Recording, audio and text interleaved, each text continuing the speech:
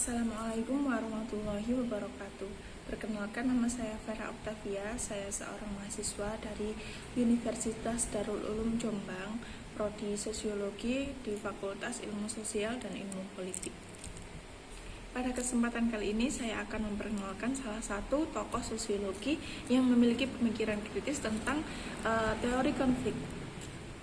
Tokoh tersebut adalah Lewis Stockhauser. Teman-teman sudah tahu belum siapa itu Lewis Stockhauser? Nah, pada kesempatan kali ini saya akan membahas tentang gagasan-gagasan dari Lewis Stockhauser.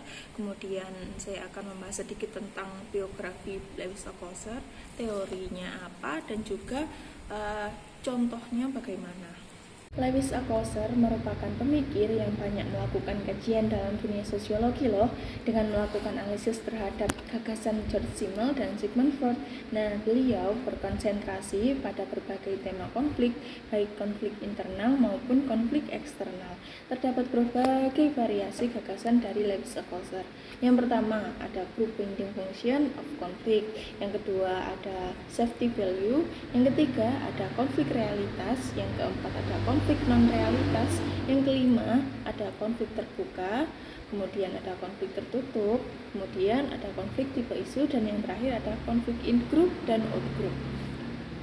Teman-teman, pada video kali ini saya akan membahas tentang bagaimana sih Stockhauser itu menganggap atau memandang konflik, dan saya akan membahas lebih lanjut tentang konflik realitas dan non-realitasnya. Lewis Stockhauser lahir di kota Berlin tahun 1913. Lewis Stockhauser mendapat gelar PhD di Universitas Columbia pada tahun 1968. Pada tahun 1975, Stockhauser terpilih menjadi Presiden Amerika Sociological Association atau ASA. Karya Stockhauser yang sangat fenomenal adalah The Function of Social Conflict. Stockhauser benar-benar concern pada tema-tema konflik, baik konflik di tingkat eksternal maupun internal. Dalam buku The Function of Social Conflict, Stockhauser menyatakan bahwa ilmuwan sosiologi harus diberikan perhatian kuat pada konflik, sebab sebagai bagian dari masyarakat, konflik sangat penting untuk dijelaskan. Stockhauser meninggal pada 8 Juli 2003 di Cambridge, Massachusetts dalam usia 89 tahun. Pandangan Stockhauser tidak terlepas dari kritiknya atas sosiologi Amerika yang waktu itu mulai melupakan pembicaraan konflik.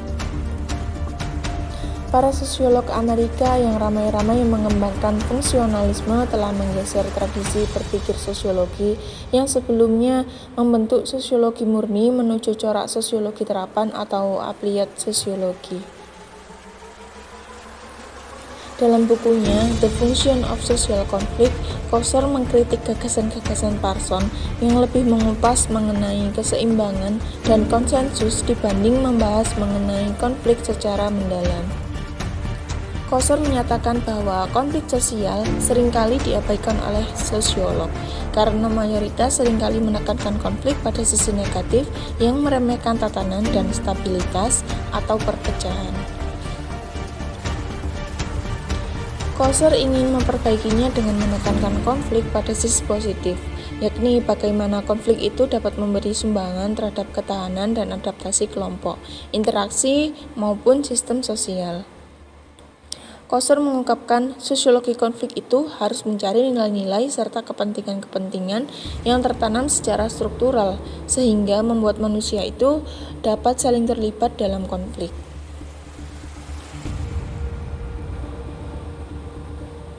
Perhatian Stockhauser berkaitan dengan fungsi dan disfungsi sosial konflik dan teori-teori konflik Lewis Stockhauser. Yang pertama adalah konflik realistis.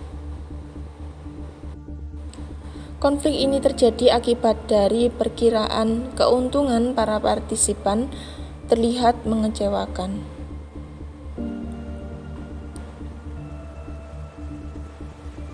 Misalnya pemain sepak bola yang mogok latihan karena gajinya belum dibayarkan dalam beberapa bulan. Yang kedua, ada konflik non-realitas. Konflik non-realitas merupakan konflik yang bukan berasal dari tujuan-tujuan saingan antagonis, melainkan untuk meredakan ketegangan dari salah satu pihak. Lewis Althusser menjelaskan bahwa pembalasan dendam masyarakat yang buta huruf biasanya melalui ilmu gaib seperti santet, peluh, dan lain-lain. Baik teman-teman, jadi Lewis Althusser itu ingin mendalami kembali tentang konflik dan beliau ingin melihat konflik dari sisi positif. Kesimpulannya, konflik realitas adalah konflik yang tidak terlihat. Contohnya seperti konflik antar suami istri atau konflik antar karyawan yang ingin melakukan mogok kerja karena gaji yang diterima ternyata tidak sesuai dengan tenaga yang dikeluarkan. Sedangkan konflik non-realitas adalah konflik yang tidak terlihat seperti konflik antar umat beragama yang dapat menimbulkan balas dendam atau hal-hal yang berbau gaib itu juga termasuk konflik loh. Dan penyelesaian dari contoh konflik realitas di atas adalah bisa melalui mediasi, arbitrasi, konsiliasi, dan cara lain yang pada dasarnya membiarkan kedua belah pihak ini sama-sama mengutamakan keresahan atau rasa kecewa antar satu sama lain, kemudian berusaha mencari penyelesaian sesuai dengan kesepakatan bersama. Baik, demikian ya video yang dapat saya sampaikan. Untuk kurang lebihnya silakan berkomentar di bawah. Terima kasih. Wassalamualaikum warahmatullahi wabarakatuh.